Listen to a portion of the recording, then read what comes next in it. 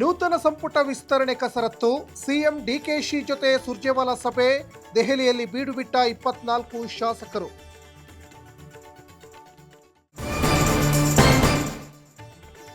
ಧರ್ಮೇಂದ್ರ ಪ್ರಧಾನ್ ರಾಜೀನಾಮೆಗೆ ಪಟ್ಟು, ದೆಹಲಿಯಲ್ಲಿ ಸೋನಂ ವಾಂಗ್ಚುಕ್ ಉಪವಾಸ, 9 ಕೆಜಿ ತೂಕ ಕಳೆದುಕೊಂಡ ಸಾಮಾಜಿಕ ಹೋರಾಟಗಾರ.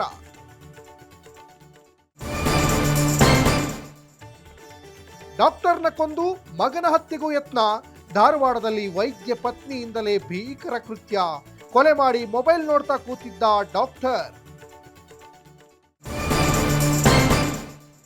ರಾಜ್ಯದಲ್ಲಿ ಎಸ್ಐಆರ್ ಅವಧಿ ವಿಸ್ತರಣೆ, ಜುಲೈ 29ರ ಬದಲಾಗಿ ಆಗಸ್ಟ್ 8ರವರೆಗೆ ಅರ್ಜಿ ವಿತರಣೆ, ಕರ್ನಾಟಕ ಮುಖ್ಯ ಚುನಾವಣಾಧಿಕಾರಿ ಮನವಿ ಮೇರೆಗೆ ಆದೇಶ. ಬಿಡದಿ ಟೌನ್ಶಿಪ್ ಕದನಕ್ಕೆ ಮತ್ತೊಂದು ತಿರುವು, 4 ಗ್ರಾಮಗಳ ಭೂ ಸ್ವಾಧೀನಕ್ಕೆ ಅಂತಿಮ ಅಧಿಸೂಚನೆ, ವಿರೋಧದ ನಡುವೆಯೂ 4940 ಎಕರೆ ಭೂ ಸ್ವಾಧೀನಕ್ಕೆ ಆದೇಶ.